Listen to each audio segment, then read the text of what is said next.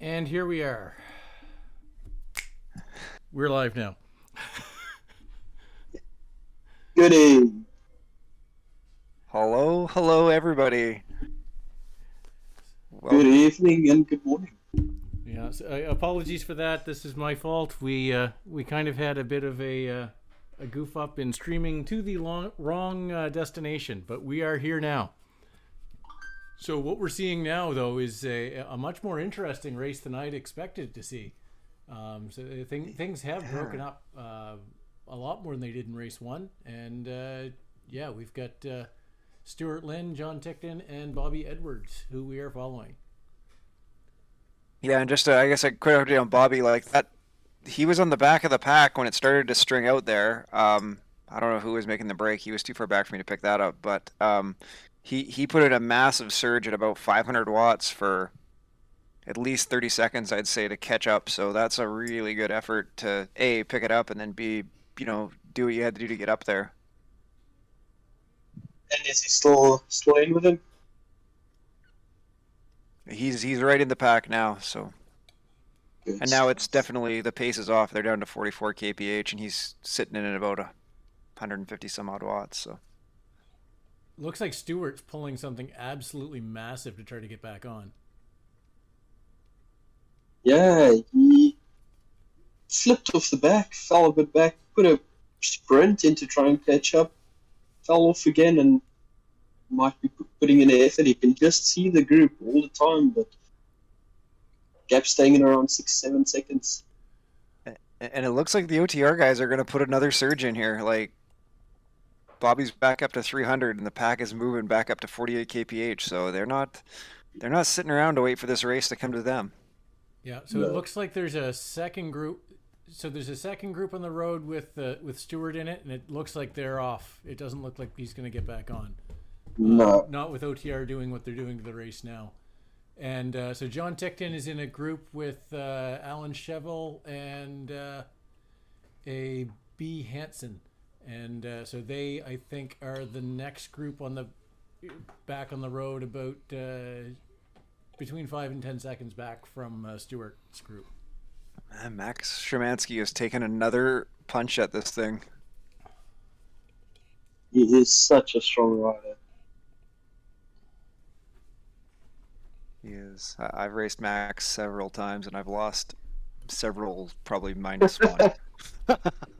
I think we all have. Once. I've had some really good battles with Max, but and I've gotten him before, but I think he's probably gotten me more times.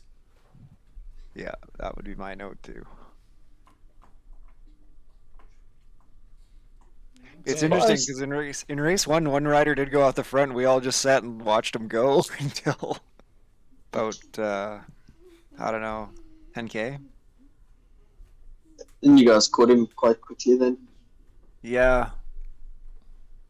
He must have just run out of gas totally, because there was a bit of a break off the front to gobble him up, but and that move to sort of leap up and catch that racer did shake about 10 riders off the back of our group of 50, but yeah, nothing like we're watching in race 2 here today. Surprised Stuart fell off because he's not doing little watts. He's pushing hard. I think there was just a really sharp attack, and he just got caught outside of the draft because I've been watching. He's put in a couple digs of a minute or almost a minute at 5+ watts per kilogram, and Yeah, he's not making up much time.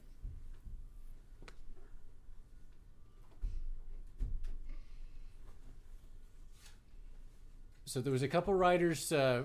Back to John. A couple riders came from behind, and the other two riders John was with were able to get on, and it doesn't look like John was able to. And yeah, no, definitely not now. He's 5 seconds back now, so it looks like he's in 48th. He's got about 5 seconds in front of him and 8 behind. So hopefully he's able to catch the next group behind. There looks like a pretty big group about 10 seconds back. Yeah, Bobby's been sitting in the after Max's last attack, the pace has come back to what I would call normal HWR front pack speed.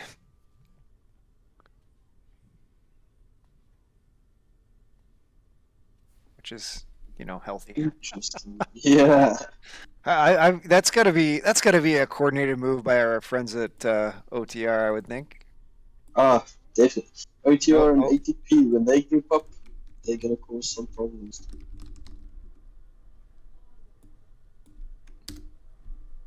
Max is actually down. I just as I finished saying that, Max is back off the front, giving her. And there goes another OTR wheel with him. So there goes 3-4 OTR guys right off the front.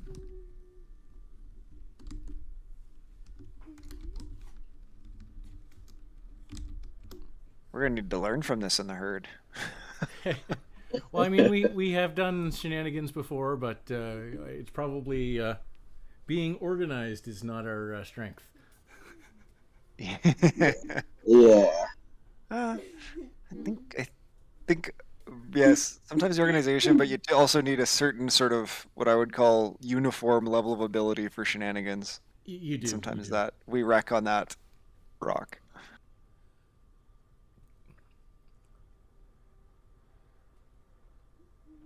Although I'll say, I mean, there's 5 or 6 herd jerseys in that front group, and even this now diminished front group. So, there's the capability of, but I'd say probably the 3rd strongest group after OTR and ATP here. Yeah. Eric Sojuk was made this front group. Bruce Brotorf is in this front group, and there's a. I think it's a female rider and a. Maybe not. Ange, I thought got dropped off, but Yeah, so Ange is right behind. Yeah. Ange is 7 seconds behind Stewart right now. okay. now. Maybe Gary Bramwell, he's in this group too. So Yeah. we do all right. Yeah, Gary's getting really strong now. He's been doing doing real well. I'm seeing lots of Tron bikes in this pack. A few Aero setups. What would be your choice in this race, Greg? Or if you're racing this one this weekend? I'm definitely full Aero. The now, I mean, it depends. Might pay for it, especially at the Aqueduct. But I just don't think the Aqueduct is long enough to bother at all. But again, it's that same old thing where if you're really struggling and you need to get that extra 2 meters to get in the draft or not, it might be the difference. But no, I think it's absolutely full Aero. Yeah, I went the cautious route and took Tron for the earlier race, but I probably should have gone full Aero. I don't know if it would have mattered anyway, because I don't know if I would have made up the extra half. Like, what's the difference? Do you figure in the sprint a half second? Probably something like that. Oh, I don't know. It's so hard to really tell that in the bunch sprints on what your difference would have been. Yeah. Because there's so many factors, it's difficult whether actually even going to make even half a second. Yeah. But definitely, the more Aero you're set up, the better off you are. It's just you never know how much of a difference it was or it wasn't. So. Yeah. Yeah, like I said, I took Tron to make sure I made the front group on the Aqueduct, but it was pretty reasonable. We only hit. I don't know that I went above 500 watts for more than 1 or 2 seconds to stay on the group, and I was like right on the front of the group. I didn't even have to come from the back on the flat bit. Okay. Yeah, so group to group is also going to be a difference. You're going to get guys that just go totally bonkers on the Aqueduct, and then you're just unlucky. Yeah. So Yeah. this is So little, this is interesting. So Alan Chevel and Brian Hansen, who were with John Tickton, have now caught up to Angie's group, and they're holding steady with Stewart. yeah, they're a second off. And then, we've got Gary Bramwell, Eric Sedgwick, A Psychologist, Bruce Bortoff, and Bobby. All still in the front group for herd riders. That's good to see. So it's definitely one big main group and then this facing second group. Yeah. So it looks like so Angie's group is caught up to Stuart. So that's Angie, Stuart, and Alan Chevel, all in what's now the second group on the road. And John Tickton is now in a pretty good group. I guess, what are we looking at for places for that group? That is, I guess, 44th to 52nd or somewhere around there. And, so it's, he's got a group of 8 to 10. So they're the solid third group on the road now. Nice. This front group, I can tell, is not at least being attacked or attacking, because there's like lots of them are typing notes in the chat. So lots of chatter going on. So they've got too much energy still. Yeah, well, that tells me that they're not getting ready for anything too wacky. No. So we come through the sprint. This is Pave sprint. Yeah, with having a look at this second group of Stuart, wasn't sure how close the front group is now to the Aqueduct. They should be not too far. No, it's pretty... another 2 kilometers, give or take, I think, from Pave to Aqueduct. I think it's take. I think it's a little bit less than that. But yeah, it's really quick from the Pave sprint to the Aqueduct. Yeah, I guess it depends where you measure from start or back or whatever. Yeah. But yeah, interesting to see where they're pushing up, if they start early. I'm always surprised people don't, if they're going to attack the Aqueduct, they don't attack it a little earlier, because there is like that 5% bit before you come into like the Aqueduct KOM banner, but people seem to sit on that. But I think if you went from back there, you'd have a little more ramp up. But I mean, it's not exactly where I attack usually. I usually just try to hold on. So is that Max going again? No, it's the other guy with the afro. I don't know who that is. Okay. But he's already back in. It was I think, I don't know, 2 of them are trying to like maybe sprint through a bit without going too far off the front to see who could get the fastest sprint time. But Bobby's right in there. He's stuck in. He's even occasionally sitting on the front a bit, so seems to be in good shape. In good ride. Yeah. So I guess I would say, this is the spot where you want to be attentive. Keep a watch on the front, because if somebody goes, it's going to string out quick, because with these little ramps coming up here, coming up to the Aqueduct. So John Tickton's group is just coming up to the sprint now, and how's Stuart doing, Tatum? He's doing good. He looks actually very comfortable in this group. Low heart rate. He's just taking it nice and pedal. He's comfortably sitting in the group. Not looking at doing too many funny things. Nice bunch of them going together, him and Angie.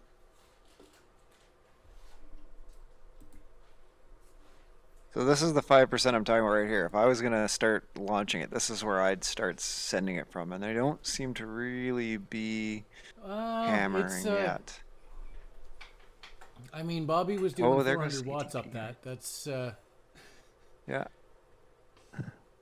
And there goes 18 here. Now the rest of them come. This is what I would tell you about in terms of sending. See, he's doing 600 to get through here. Oh, yeah. I'd expect that or more. And is that I expect a full on the Aqueduct? Yeah, they're on the Aqueduct climb. Yeah, so would I, Craig. It just shocked me today. Like I literally said, this is pretty civil. And Bobby's made it. He's definitely on this group. I think we're probably shedding some bodies off. It's definitely stringing out from looking at the purple dots in the mini map.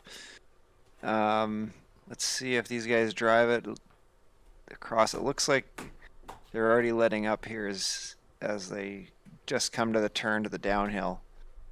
Might be a few bodies that don't make it across though.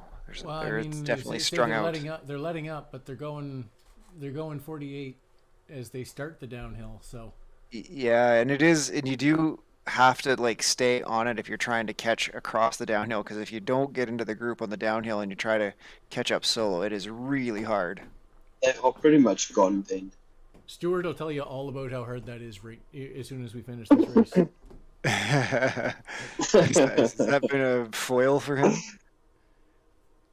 Well, I mean that's what happened to him on that first attack, right? He ended up just Oh far yeah, enough right, off for the sure. back and Yep. was never able to get back on. If you look at all of those times, 32, 33 seconds, those are very fast times for the Aqueduct. Yeah, no, that was a proper attack, and definitely it has shaken some bodies off the back of this group for sure. This is a much smaller group than race one coming in to this part of the race.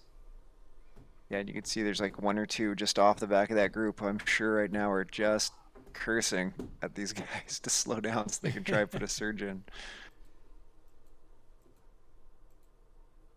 Yeah. Okay. So John Ticton's group, he's kind of on the back of the group right now. It's strung right out, and they are on the Aqueduct right now.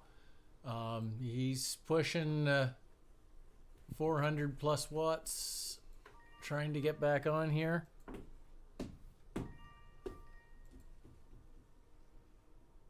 Their whole little group here has split up on the Aqueduct. Yeah, so his group's let up a bit. He should be able to get back on, but he's got to stay on it. He's got to stay on it, or he pretty much, like Brent was saying, he's got to get across before the downhill starts, or at least be catching at that point.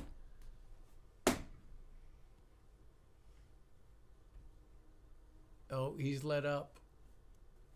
This might be gone. 2-second gap, and Giga cap. yeah, it looks like he's spent. He doesn't have it. Yeah, Oh.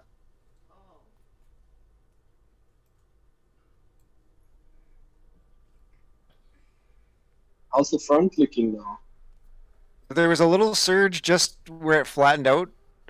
But Bobby has, I guess maybe we'll say, learned his lesson from earlier in the race, and he is, when they go, he is right on their wheels. So that to me means he's feeling pretty good, and he's, watching it. So they went off and they came back together. So it's now back to sort of civil pace. But did I say that? A blue jersey, a cryogen, goes to the front and is taking a pull.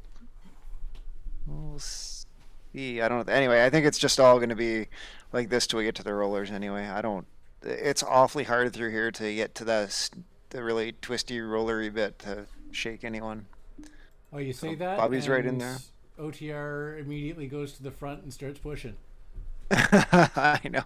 They're probably listening to me, aren't they? It's like, They're watching you. Yeah, Robinson. Yeah, I know. I know Ange is. Hi, Ange. I think the Africa is actually R. Crocker, Ange. But as I watch him get on the frontier. Yeah. So Oh, shit, back he's to been- John. So John is with one other person and R. Martin, and they've got one rider about 3 seconds ahead, and the rest of their group is about 15 seconds up the road now. So it looks like it's the two of them, and presuming that they reel in this one rider and he catches onto them, then him as well. But it looks like unless things change, they're kind of at 55th, 56th, 57th place. Yeah, and there goes Szymanski and Crocker on the front to take a surge. Just like you said. Picking up the pace again. Yeah. Okay, Tatum, how's Stuart doing? So, for the first 10 kilometers, he was pretty much in between two groups. Then they had the little group, and from going down the Aqueduct, it was him and another rider. And it's like he's just got tired of hanging around, picking up the watts, sitting on around 40th place. but pushing on solo basically. Yeah, so he's put 25 seconds into the group that Angie's in that he was sitting with before the Aqueduct. It looks like there's 2 or 3 riders that have been shaken off from the front group that he's got his eyes set on. So he's pushing hard to try and pick them up. It's what it looks like to me. Decided to TT this last few kilometers.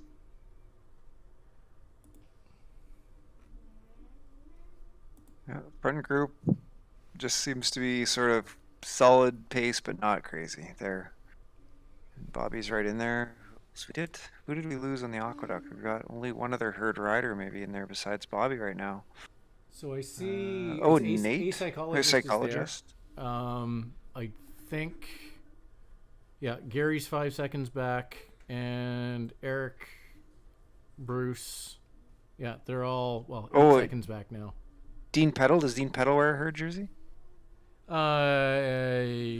He does sometimes. I don't know what he's doing right now though. Yeah. He does ride for another club sometimes, so I'm not sure. He might be up there. Yeah. Sometimes it's hard to until they put the labels over people's heads to. No, yes, that is Dean Peddle. So them he's riding for Turn Takers. Oh, okay.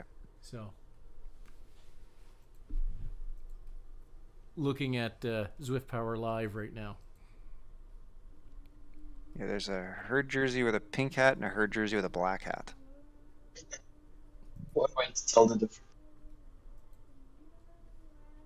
Oh, okay. So it looks like Bruce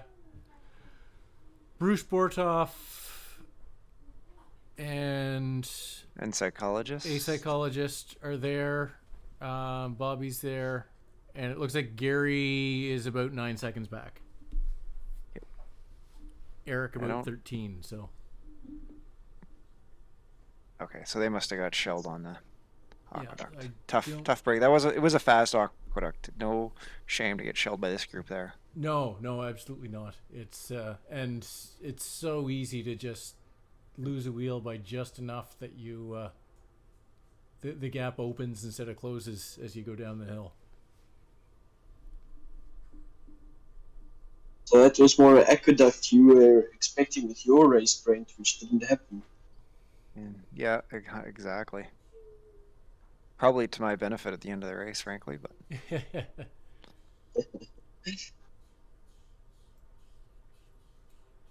Stuart found someone to ride with.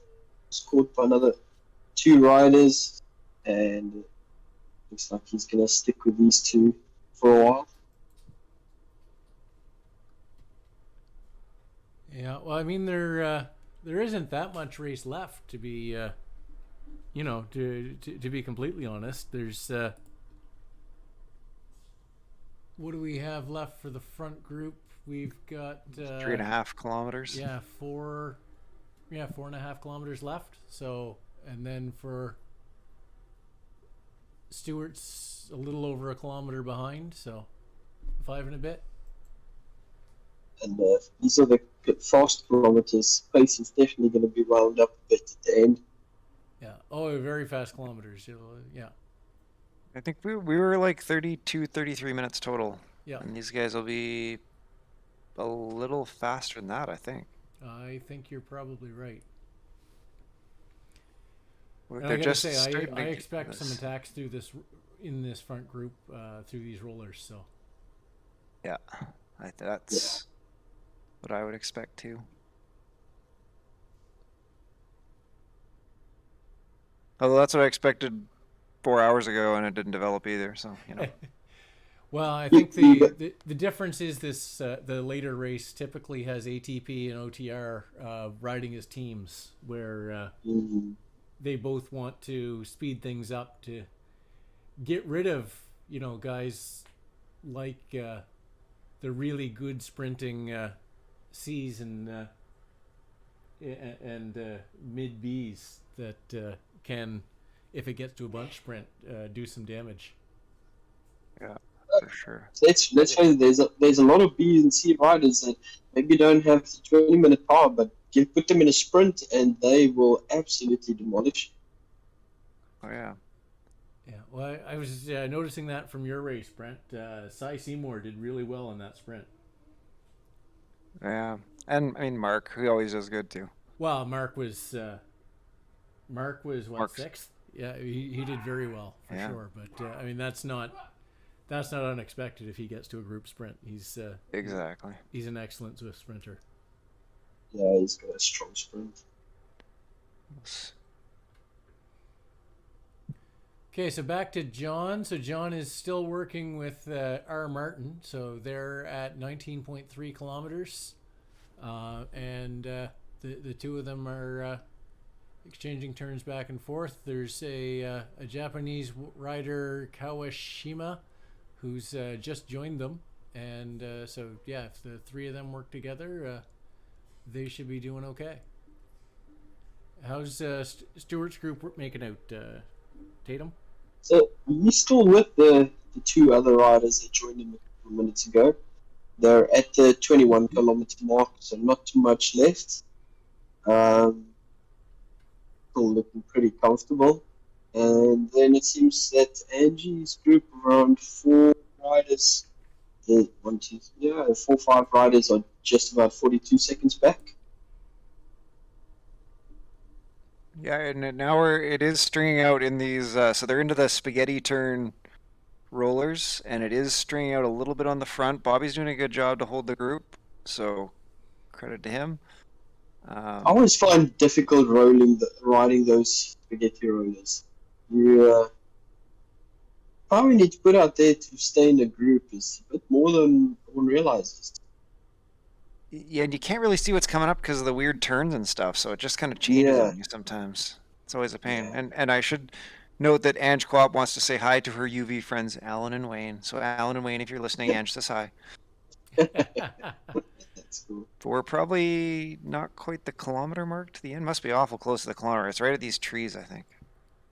So I've Maybe a got little it at further out. 25.1, I think, to the Okay, to so the finish line. So about a kilometer, about 1,500 meters. okay. It's gonna be a lively sprint. Yeah, and I don't know anything about Bobby's sprint, but he's had a really good race to stick here. I think anyone who's stuck in this front group to this point in this race has done some good racing. Absolutely, and there are a bunch of strong sprinters here. So whatever happens out of this bunch sprint, anybody here has got to be happy with it, because this is going to get really fast, really quick. So I guess Stuart had enough of these other two riders, put in a little sprint and left him a few seconds behind here in the race. Yeah, so it looks like I think he wants the G Aldridge, who's in front of him by about 5 seconds. Like he wants that place. All right, so the lead group is now entering town. They're making the right-hand turn. Devil seeing a few orange numbers. Power-ups are going off. Bobby is sitting about mid-pack. He's starting to wind it up. They're just passing the sprint bar now, but he's got to go. They're all going. Might have left it a little late. Wow, what a sprint. Going. Come on, Bobby, stay on it. Take this last guy. Ooh, Nelly. That... Bruce comes in behind it. That was sprint, fast. I think, went a little earlier than some people thought was going to go. Yeah, and I guess I figured with the... So when team tactics come into play, I always expect the sprint to speed up sooner. When everybody's playing for themselves, I expect it to be slow longer. That's so. Yeah, I figured this one would go a little bit earlier, but yeah, that's that. And yeah, Stewart has caught G Aldridge as they're coming. Gave him a gentle little wave a few seconds ago. that was cheeky. Maybe it was a sweat drop, Craig. It might have been a sweat drop.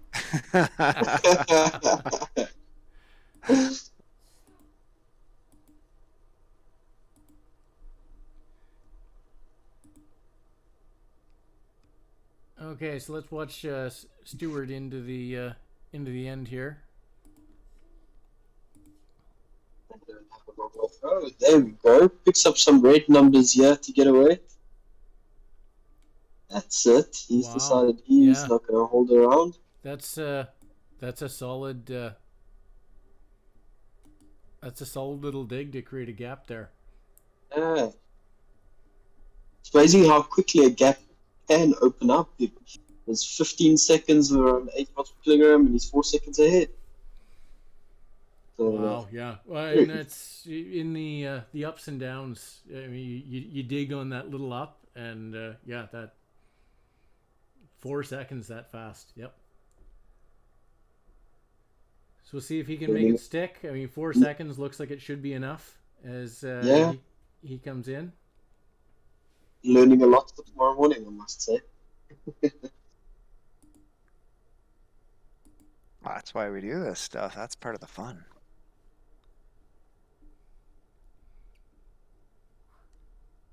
Stewart's in town. Start of the sprint is in sight. Aldridge is closing that down. It's only 2 seconds now. He's coming. Yeah. Come, Stewart. Oh, Stewart, you gotta go. He's not sprinting. Yeah. Oh no! Stewart. Come on! I want to just give him a little shake. Say go. Oh no!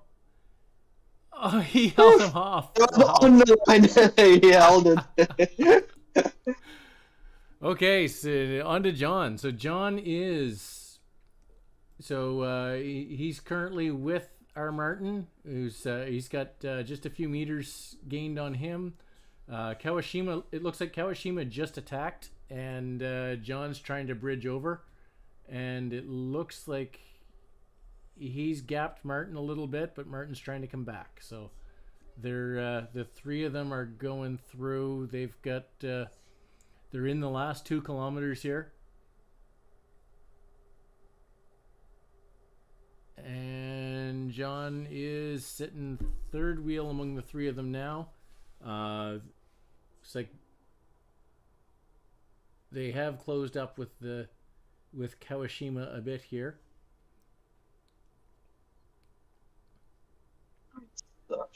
Oh, this when you go through this too fast, these tight twisties, you almost feel seasick.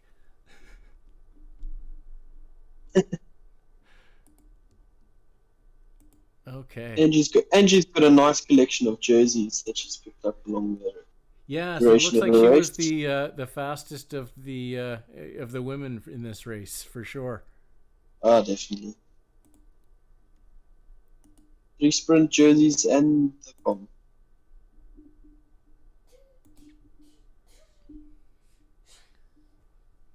Okay, so looks like this is already separated out. It's 2 seconds from Kawashima back to Tickton, and then he's got 3 seconds back to Martin. They're inside the last kilometer. It's just a little dog leg right, then the 90-degree right turn coming into the sprint.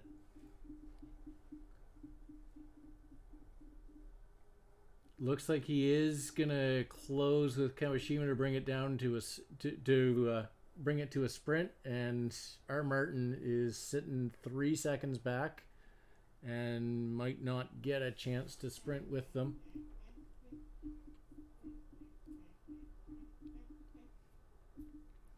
He's sitting at little, and yeah, John's going now. He's over 400 watts. Closing in on 5. He's ramped it up nice and gradually. 600. You sprint now. And he's come over the top. Yeah, that was well timed. Came over the top and finished just 2 meters ahead. So well done for John.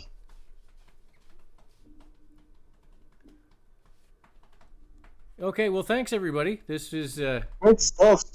Great race, and I'm just going to give a little preview. So next week for the Herd Winter Racing League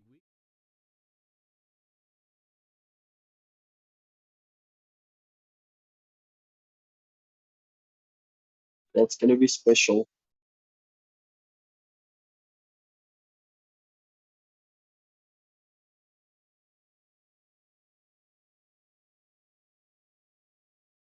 The steep side.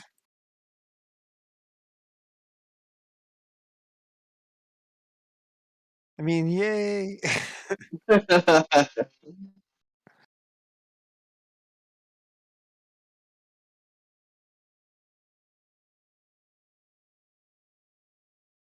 Let's see. That I'm meant to be a goat, but I've got no idea. We'll see what next week brings. Hope better shape than this week. Tomorrow morning's gonna hurt. Cheers, guys. Thanks for this was good. Cheers. Fantastic. Bye bye. Thanks, everybody. Have a great night.